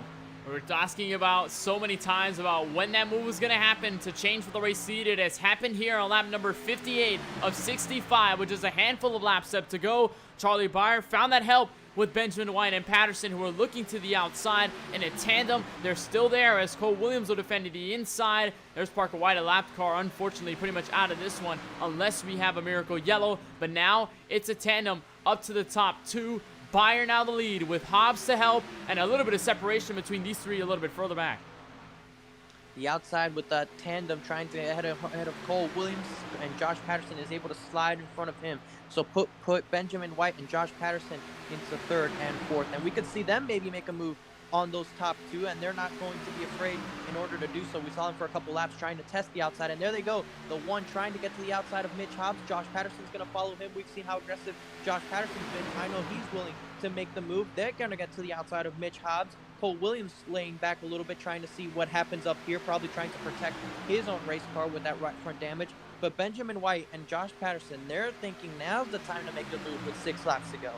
And they made that move. They pretty much led Byer to go up to the high side and push over to the race lead. And they're looking for even more ground as they're to the outside of Mitch Hobbs. Cole Williams will also find his way to help. Maybe he's just a little bit indecisive and trying to go back to the inside. But Benjamin White still tailing, and now there's contact between the two. 3 wide as White completely wheels the race car safe. What a save by the one of Benjamin White to keep that straight. We are still green with about 6 laps to go. A great save, and unfortunately that's his race for the win right there. Unless there is a caution, I don't believe he'll be able to draft his way back up there. So that's unfortunate for Benjamin, but it is better than having a wrecked race car and maybe taking somebody else out with him. But now it's going to be a battle of the tandem. Which tandem works better than the other one? Mitch Hobbs and Charlie Byer leading this race. Cole Williams and Josh Patterson 3rd and 4th. They're going to be pushing their way. And there's no reason not to go for the move right now. You can just stay side by side. But right now, Cole Williams choosing to stay behind Mitch Hobbs, trying to suss out when can he make this move. And really the worst situation here with the 5-car pack, it was 3 versus 2. Now it's 3 versus 1. If you're that one car all the way to the high side, good luck trying to find some sort of momentum. And we could still have 2 versus 2 inside and outside as we've crossed the line with 4 laps to go from the opening race of the LWRC BuzzBomb Race Paint Series from the Daytona International Speedway. Byer still ahead now with 4 cars to help. And there is Benjamin White up down in 5th. Pretty much his race for the win is over, but a miraculous save has kept him in this one and prevented a yellow in the late stages of this race. Now the question is, it's not whether they'll be able to get around Hobbs, it's whether they'll be able to get around Byer at this point. Yeah, Charlie Byer up in the lead, and let's say Cole Williams does make a move to go past Mitch Hobbs. Does Charlie Byer go up to block him? So here comes Byer off of turn number 4. They'll get 3 laps to go at the start-finish line in the 18-degree tri-oval. Still no change of positions from the outside. Nobody's elected to go up to the top just yet. But as we wane into the portions of this race, it will continue to get even tenser. Now, Hobbs down a second. What will Cole Williams do in this certain scenario? Because he can go with Hobbs in this scenario. Patterson has been willing to go up top. So he's got a couple drivers to have faith in, at least when it comes to making those moves. But in terms of teammates, his team owner is all the way at the head of this field, and he's going to probably want to get around him for the win. Yeah, we got a lap car up ahead. These guys will start getting a little bit of a draft, but they will eventually move their way out of there. I'm not sure exactly who the lapper is. I'm pretty sure it's actually Cole Woody. Cole Woody will fall 1 lap down at the end of this race, but they're coming in 2 laps to go, and they're still single file. 2 laps to go from Daytona. Does Hobbs, Williams, or Patterson make a move for the race lead? The answer is no. At the moment, going into turn number 1, the Supra of Byer still holding strong. As you're looking on board with him, just a tailing of all those drivers behind. The Mustangs all behind them, and the 1 Chevy Camaro of Patterson trying to work together all in that 4-car pack. As here's a little bit of shuffling. Look at Patterson up to the top. He tried to shuffle with the 42. They got a little bit loose. Luckily, they'll keep it straight into turn 3. It looks like the bumpers weren't exactly aligning for them. A little bit of contact right there. You see Cole Williams get loose. A little bit more contact. Patterson is trying to get going here. Cole Williams just not ready to go just yet. We are coming around to the white flag. We'll have one more time around from Daytona. And who's going to come back and win this race? There's one more shot, and it's around this 2.5-mile super speedway. Still all single file, but this could be the time for the change for the 42 and the 23 to decide to go. They've got a little bit of a gap. They're going to try to build up off of turn number 2, and we'll see what happens. Hobbs also laying back in the mix. Here comes a 42. He'll probably look to the outside. Still in Patterson all the way to the bottom of the double yellow line. He forces his way to 3rd. Byer holding strong. Mitch now digging his nose to the inside into turn number 3. They're sliding all across the racetrack. Mitch Hobbs still going to hold on for 2nd. Williams back to 4th off of turn number 4. One more time, but the 7 of Charlie Byer, who made that pass a couple of laps ago, will take the win in the first race of the LWRC Race Paint Series from Daytona. Amazing stuff right there from Charlie Byer. They got so racy behind him that they trampled on top of each other, and that just allowed Charlie Byer to get enough of a lead to take the win. That is amazing to see right there, Kenneth, one of our fellow broadcasters, take the win. And it was going to be a moment in time where we were expecting everybody to just tail end around Byer and charge for the lead, but nobody was able to do so. That communication between Patterson, Williams, and Hobbs was just not up to snuff at the moment, and Byer will hold on and win here at Daytona. He's going to loop around turn 3 and 4 and celebrate. And Beyer, not a stranger to super speedway racing, been a winner at IceCar right here at this very venue in the Cup Series opener in 2019.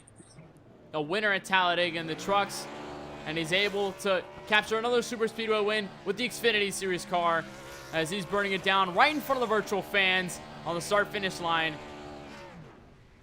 What a win for him in SPM Racing. And again, it came down to when did you make the move. And even I wasn't thinking 7, 8 laps to go, but that's when he made his move. And fortunately for him, he was able to make it work, which was the point I was making way before any of that was going on. It's, you can make the move whenever you want, but it comes down to when can you make it work, and Charlie Beyer made that move work. Well, as Beyer will make that post-victory lap, most reminiscent to Alan Kowicki who did it. We'll take a look at your unofficial results from the virtual World Center of Racing in the LWRC BuzzBomb Race Paint Series opener. Of course, Charlie Beyer from the Illinois native himself.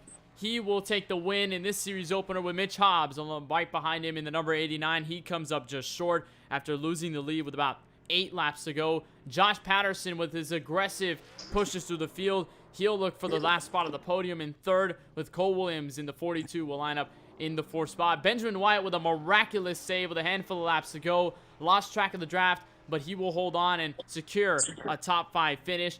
Aiden Kirker, defending champion, will start his season off with a top 6 finish, so it won't be too bad for the defending champion holder. He'll finish 6th with Josh Duke right behind him in 7th in the 32. Richard Mendonça, who looked to be a big threat in this race, he will finish in the 8th spot, with Cole Woody finishing 1 lap down in 9th, and Brady Weileman finishing 10th after pretty much not starting this event and starting on pit road.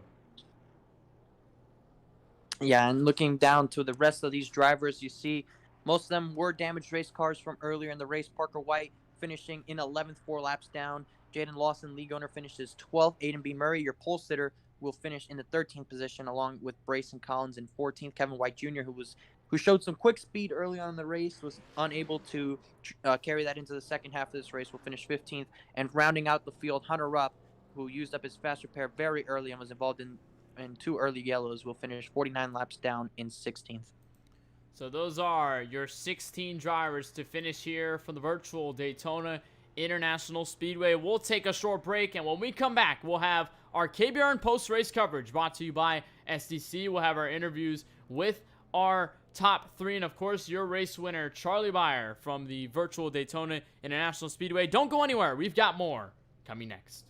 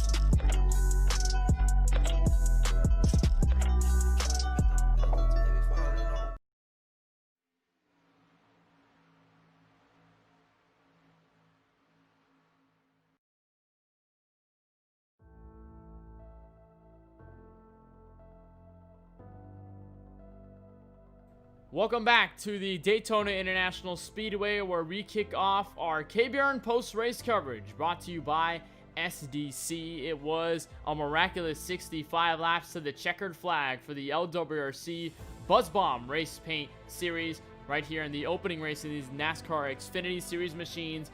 Charlie Beyer has picked up his first win of the season right here in the opening race, and a miraculous run with about 8 laps to go, was able to set himself up around Mitch Hobbs with help from Benjamin White and Patterson, and from then on was able to defend all around to end up in victory lane. And with that, we'll bring him into the booth from victory lane here at Daytona, and we're bringing our fellow own Charlie Beyer. And Charlie, I know it's probably usual that we see you here in the booth covering these races up to the commentary box, but you're here in victory lane, a win to hold off all those drivers behind. Just walk us through that final segment, because I know we were talking about up in the booth about a pass with about maybe 2 laps to go, or maybe to the white flag, but it took you from 8 laps to go to hold on to the lead all the way until then. Walk us through that entire experience. Yeah, it was really just, it was kind of the four of us, or I guess the 5 before that, deciding what to do. But, me, Mitch, Cole, Benjamin and I were all pretty much affiliated.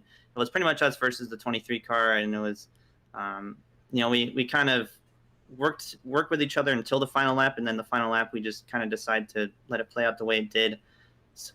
I was able to hold on. I wasn't expecting to. I was expecting a move to be made, but with a couple of guys, I think the 42 had a good bit of damage. I think it was really hard for 23 to make a move. So that's just the way it played out. And I tried walking to the line because I got really, really loose into turn number 3, and it kind of made a gap. I thought the 89 was going to make a move to the line, but we were just able to hold on by pretty much, by a nose. Yeah, and it was you and just those other 4 that were really, and then it pretty much turned to 3 after Benjamin White had that contact and had to save his race car. But at the end there, I know that pretty much everybody was just letting it play out, and like you said, pretty much letting it play out to the end there. Was there a really big concern that you'd have pretty much just a 3 versus 1 where you'd have the drivers just all tag along to the outside, and then you'd be kind of the sole fish to hang on the bottom? Yeah, and that really happened, when I made the move for the lead. We all jumped off, and Mitch Hobbs just lost it. I mean, well, he just kind of like sunk down a drain on the bottom. So I was worried that was going to happen, but luckily, we were able to hold on as well. So, if you know me, I'm not really a plate racing guy, but, I'll take what I can. And, we were able to get a win today. Well, you've got a pretty good plate racing summary, I'd say. A winner in Ice Car, the 250, just 2 years ago, rather. And then looking over at the Talladega Truck Series win, and then now you add on to another win in all 3 NASCAR machines with the Xfinity Series car here at Daytona. Before we let you go, Charlie, I know there's a good amount of people you'd like to thank, so we'll give you the center stage. Who are those people that make it happen for you each and every day? I just want to thank, obviously the other guys, Mitch Hobbs, Cole Williams, Benjamin White, and Josh Patterson for racing me clean to the line. But we all worked together pretty well, and we were able to pull away from 2 cars back there. But I just want to thank my team: Strand Point Extra Motorsports, Side Drafting Productions, RDO3 Graphic Design, Madtown Customs, and Trey Shuttleworks Photography. I want to thank you guys at KBRN, obviously. It's it's kind of weird being the guy that you're interviewing, but yeah. Well, it's pretty good to hear that you're in victory lane. I think that's the best part about it. Charlie, thank you so much for joining us, and of course, congratulations on this victory as a driver here from the LWRC BuzzBomb Race Paint Series. Obviously, we look forward to seeing you through the rest of the season. Hopefully, I know maybe you might be in the plans for that, so we'll see what happens. But thank you for joining us, and of course, congratulations. Thank you, guys. That's Charlie Beyer, your winner here from Daytona, and of course, a member of KBRN himself. We'll step back to second where the 89 and Mitch Hobbs will end at the start-finish line. There he is, trackside with KBRN's Francisco Bacallao. Hey, Mitch, this is Francisco in the KBRN booth. You got me? I gotcha. That was a good second half of the race from you. You were able to lead the most laps there, and unfortunately, you came about half a car length short. What do you think you needed to do to come up 1 position better?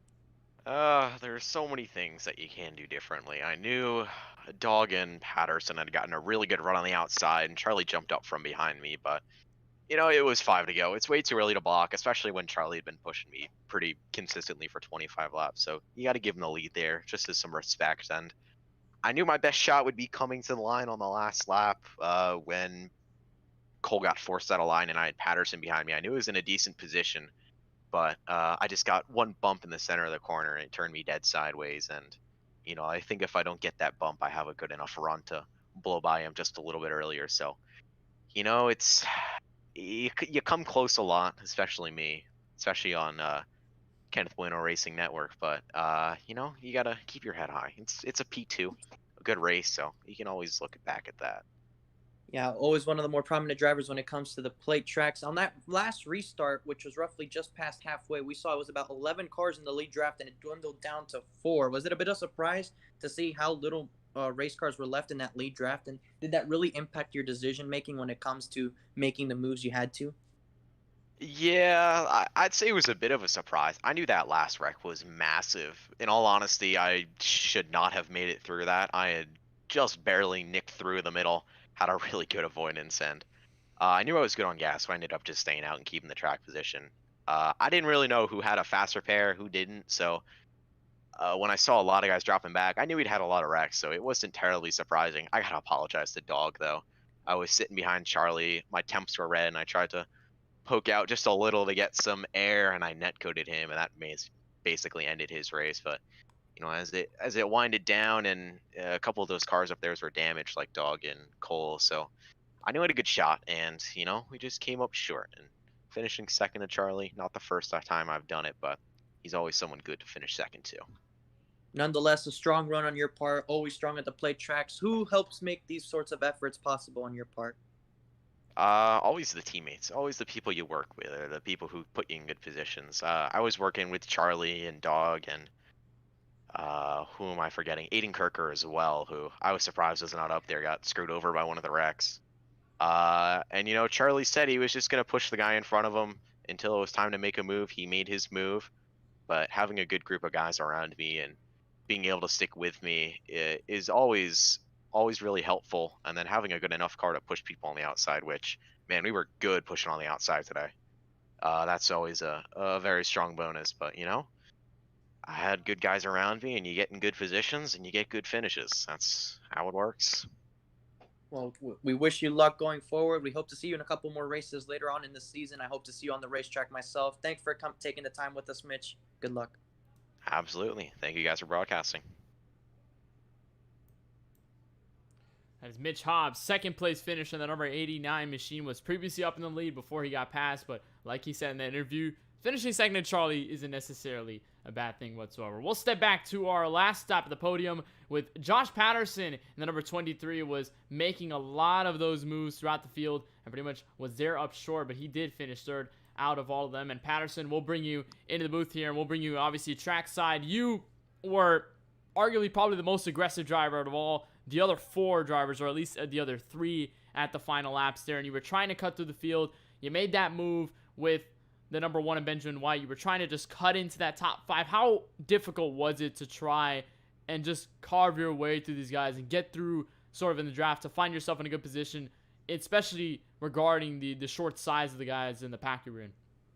Well, how it works here, these super speedways, is I can always carve through the field in a big pack. As soon as it gets down to those 4 or 5 cars, I knew as soon as I got to 5th and there was nobody behind me that I was going to have the hardest time getting through the field, because you just can't really work with anybody else. I was lucky enough to get Ben to go out with me, and we were going to make it through, and then him and Mitch got into it or whatever. And that kind of just left me behind Cole. So I was thinking, all right, I'll just get Cole to go to the outside at some point, and he just never did. I was pushing him, shoving him, like peeking eye, just trying to show him everything I could to make him, want to go to the outside so we can go to the lead. He just wouldn't do it. So I was just like, on the last lap, fine, I'll do it myself. So I shoved him out of the way, and I was pretty much just in full plow mode by then. So I got into Mitch a little bit going into 3. I think that's what screwed him.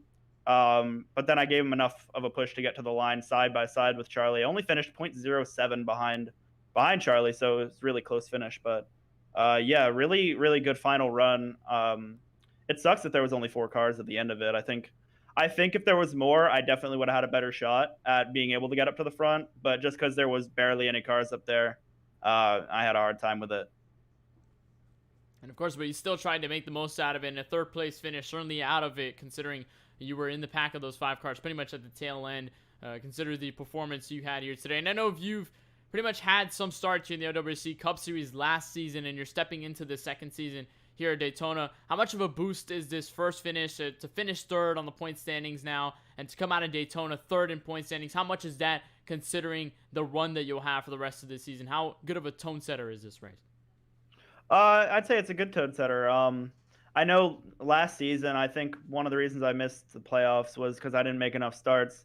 I definitely had a good enough, average finish kind of season to get in, but just not enough starts is what brought me out of it. So I think if I definitely commit to this league more, which I'm going to try to do this season, I'll be able to make the playoffs and maybe get close to winning the regular season championship if that's even a possibility. So definitely a good trendsetter and definitely good to finish on the podium, especially going into a new season. Before we let you go here, Josh, I know there's a lot of people you got to thank for your performance and, of course, your performances here on iRacing in general. So who are those people you got to thank? Any team sponsors or anyone else you just like to thank for your run here today? I got to thank everyone at Nova Sim Racing, Belfort Property Restoration, NTN, Endurance Distributions, JP Designs. Got to thank everybody at Kingslayer Autosport as well, Vulture Racing Engines, EVC Automotive, the Keystone Corner, and Bring Me the Horizon. Got to thank Bryson Collins for working with me most of the race until he decided to make a way too late block on Cole for no reason. I got to thank you guys for broadcasting this race. I got to thank you guys for broadcasting the league and maybe later tonight at work. I'm not sure how that's going to go yet. And I got to thank, everybody for putting this on and giving me a great race. Well, thank you so much, Josh, for stepping into the booth and, of course, talking to us after your third place finish here tonight. Congratulations on your third place finish here from Daytona International Speedway. We look forward to seeing you for the rest of the season. Yeah, thanks, Kenneth. That is Josh Patterson, your third place finisher here from Daytona. We'll step back to fourth, and that'll you'll find the number 42 Ford Mustang of Cole Williams. He is trackside with Francisco Bacallao. Cole Williams, this is Francisco in the KBRN booth. You got me? I got you, Francisco. Yeah, it was a tale of two halves for you. In the first half of the race, for the most part, you were trying to hang in the back, trying to keep your car in one piece for the end of the race. Then after that last big one that we saw just past halfway, you found yourself in the lead draft and you sort of stuck in there. So in that final restart, what made you say it's time to go? Yeah, man, I was down like 40 or 50 RPM right there, basically ever since the wreck where they wrecked in the middle 1 and 2. So basically from there, I was forced to go. I had just enough pace, I felt like, with when I got my optional done, that I could maybe stick into the pack if I can, like, because I was able to start up front, like 4th or 3rd. So I was able to have a couple cars behind me and able to stay in that draft, and that's what was key, was just trying to keep a couple cars behind me. And then I was basically just wide open in the draft as a 3rd car. That's pretty much unheard of. But I was hitting all right speeds, and it just took a long time to get my runs developed. But it was driving fine. The suspension was all good, but we were down like 45 RPM because Brayson doesn't know how to hold the brakes in the middle of a wreck for some reason.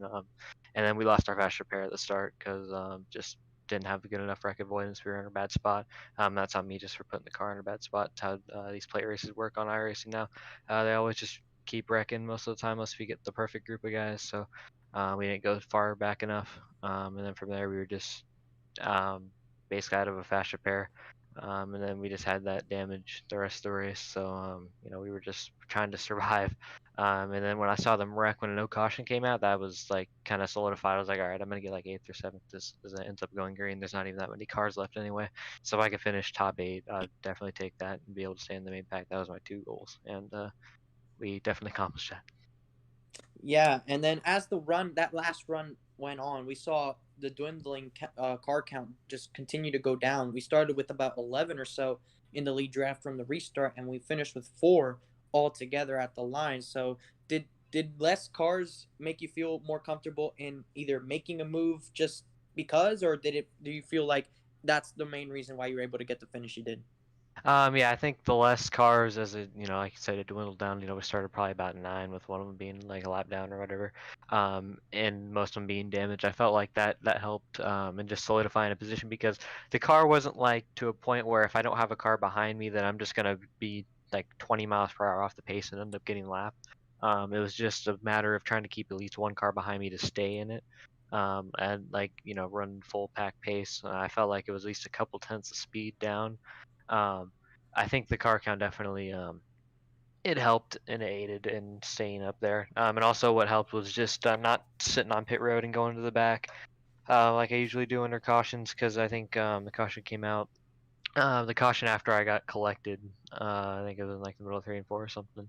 And I basically had lost a draft and I had about 30 seconds optional left. That caution, I just tried to get that done ASAP and get right back out there, and I was able to restart fourth, drop right in line, like third in line behind Mitch and Charlie, I think. And then just that entire time we sat there basically the entire time until people were starting to mix it up a little bit. We had like 6 car, 5 car pack.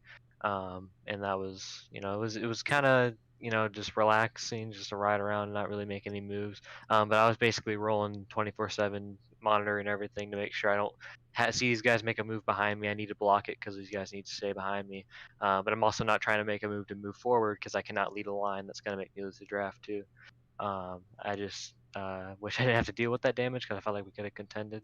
But I feel like we did all we could today, and I believe I might get third after being passed underneath the yellow line, I believe, on the last lap. So this was definitely a confidence booster, and woke up basically an hour before the race and was like, all right, I'm gonna run this then, because I was pretty bored. And it was definitely a little frustrating at the start with all these wrecks and stuff, and getting this damage, but it was definitely fun having to manage the rest of the race and do a lot of managing for sure.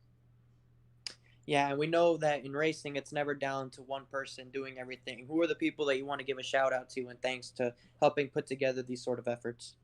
I want to thank Media Racing, of course, Pellet Gaming, Stealth Energy, and Z's Custom Diecast coming out of the car again. This beautiful looking V car made by like Commerford. I want to thank you guys, of course, for broadcasting this and kind of apologize, I guess, for kind of the lack of action we had with those small car count at the end there. But just thanks to you guys for putting this on. Thanks to LWRC and everyone at the admin group and helper group there for getting us season 2 getting ready to roll. Obviously, this was a pretty good kickoff. And I'm excited to continue to run on these Saturdays in the speed car. Yeah, we hope to see you out there next time out at Phoenix, Cole. And good luck going forward. We appreciate you taking the time with us. Thank you, man. That is Cole Williams, your 4th place finisher in the number 42, of course. Right there at the tail end, got passed by Patterson right there on the last lap, but did stick with this top 5. And speaking of the top 5, we'll look to our final driver in the interview for this afternoon's race. It'll be the number 1 of Benjamin White, who unfortunately had that little toss up there, had to save the car, and unfortunately fell out of the draft. Though he does finish 5th regardless. We'll bring Benjamin in here, and Benjamin, now trackside with you. I know that those final laps especially weren't necessarily the most exciting because you had that little thing there with Hobbs and Patterson along the way. You did a whale of a job to keep the car straight. But before that, in terms of that 5-car kind of pack that you guys were leading for most of that race, what was the biggest thing going through your mind? Because I know some drivers were thinking about just trying to make the pass, trying to set up the pass. What was really the biggest thing on your mind as you were facing right there 4th in that pack at the time?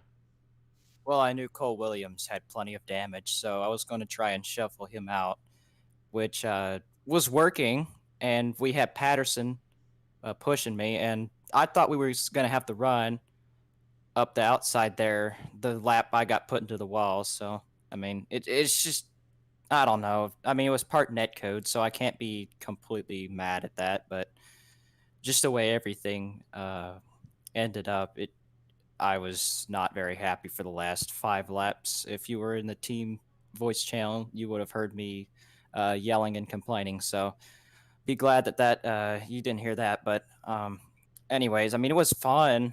And I mean, there was a lot of 3 wide. And it was just a blast out there. But I don't know. Just the way everything unfolded just wasn't in my favor whatsoever. But I thought we were going to have to run with Patterson. He was pushing the heck out of me, and I thought we was going to make the pass for the lead. And with the way I could block and keep ahead of people, I thought maybe I could have a shot for the win. But that isn't how it ended, so can't really say much. But Kenneth, I do want to thank you for broadcasting this. I'll have to go back and rewatch this. You do a great job every time you do one of these, so props to you on that. Well, of course, that certainly is appreciated. But Benjamin, I know we talked to Patterson a little bit earlier, and Patterson had described that how difficult it was, especially with that low car count. You guys were pretty much 5 at the maximum throughout the end of that race, and he described how hard it was and how difficult it was just to try and form up a move. Was that the same sentiment in your camp? Was that the same sort of feeling that you had, that it was just going to be harder overall to try and get some drivers up with you, and especially with the low car count, kind of not much to turn to, as a matter of fact? Well, I mean, I thought I had a car that would be able to lead with Patterson push me. How good Patterson is as a pusher, I thought that tandem was going to work. And you saw it work until the unfortunate contact there. But, I mean, I didn't think it was that hard. I mean, Patterson had a lot more damage than I did, so that's probably why he was saying it was harder. But I felt like if we could pinch enough and Patterson was pushing me, we could both get past at one point, because Williams had so much damage, there was no way he was going to help the inside. So it's just not the way it ended, though. But congrats to Charlie on the win. That was very fun the last 30 or so laps. Well, certainly a P5 finish, though, here at Daytona, considering the chaos that we've had this afternoon. Certainly Absolutely. should be a feat nonetheless. So, Benjamin, I know before we let you go, I know there's a lot of people you got to thank. So who are those people? Any teammates, sponsors, or anything else you just want to give the shout outs to? Anyone else that make these possible for you? I want to thank SPM Racing, my team. Of course, Charlie is my teammate, so congrats to my teammate on the win.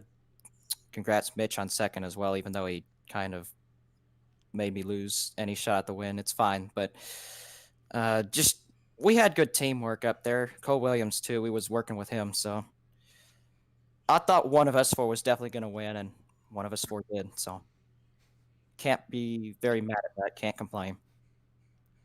Well, Benjamin, we certainly thank you for taking the time to join us, and we congratulate you on your top 5 finish here from the LWRC BuzzBomb Race Paint Series. It's going to take a minute for me to kind of get used to that new name, of course, compared to the Cup Series that we had last season. But nonetheless, congratulations on your P5, and of course, we look forward to seeing you moving on to the rest of the season. Thank you. That's Benjamin White, your top 5 finisher here in 5th from Daytona. That'll cap off your top 5 driver interviews and our post-race coverage here from Daytona. And I'll turn back over to the commentary booth, back to you, Francisco, where we now move into a brand new season. We've already had that first race off our back, and now we're pretty much able to step into the rest of the season. And it's going to go as follows. Our next races will go Phoenix next week, then Indianapolis, Coda, which would be a brand new track, Circuit of the Americas, the road course, and then Talladega in the 5th race of the season. But off of here, Francisco, here at Daytona, and just how it shaped out from this first race, what has been your largest takeaway as you start to seep into the rest of the season and the drivers that you've seen here this afternoon? I think we've already seen the sort of difference the Xfinity cars are making, and especially when it comes to the amount of damage that they can acquire. Any sort of damage can really hurt a car. You heard Cole say that he was down about 45 RPM and that he was struggling to keep the draft. And that was with that little bent up right front that we saw. These Cup cars can get beat up a pretty good amount and still stay with the draft. So that's going to be something to watch out for. If somebody's a little likely to get into the wall every couple of times, it will definitely hurt them. And not only that, but just the different package that we'll be seeing going forward. We're going to see some different type of racing than what we're used to in this series, and it's going to be great to watch. But certainly is going to be a lot of fun to watch, especially with these B cars and the NASCAR Xfinity Series machines, and just how much of a difference they'll make compared to the Cup Series that we saw last season as we step into Phoenix and for the rest of the season throughout.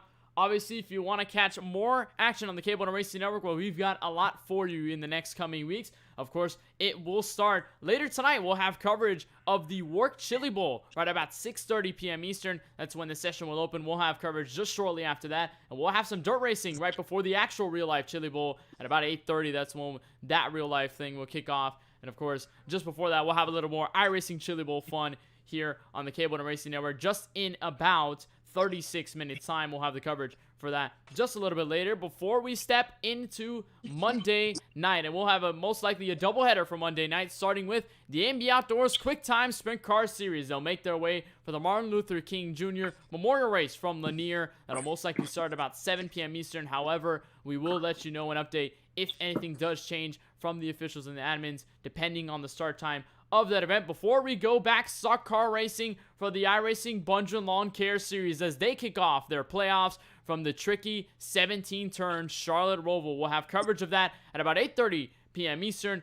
Charlie and I will be on the call for that as they will look to start their run to conclude a Bungeon Lawn Care Series champion in Season 3. And of course, we'll have our further coverage. If you want more updates, you can check on our socials at KBueno Racing Network on Instagram, and follow with at KBRN Network on Twitter, and obviously our YouTube page right here at the KBueno Racing Network, youtube.com/KBueno Racing Network. So that does it for us here from the LWRC Cup Series, or at least the LWRC BuzzBomb Race Paint Series here from Daytona. And a big thanks to Jaden Lawson and all the officials for making everything happen each and every week, and for all of them at the LWRC Cup Series, or the LWRC Series itself. We thank them for all their hard work to make these races possible. And from all of us at the KBueno Racing Network, for Charlie Bauer, congratulations to him, the winner this afternoon. And for my colleague in the booth, Francisco Bacallao, my name is Kenneth Bueno, saying good afternoon from Daytona. We'll kick over to sling some dirt at the Chili Bowl later tonight.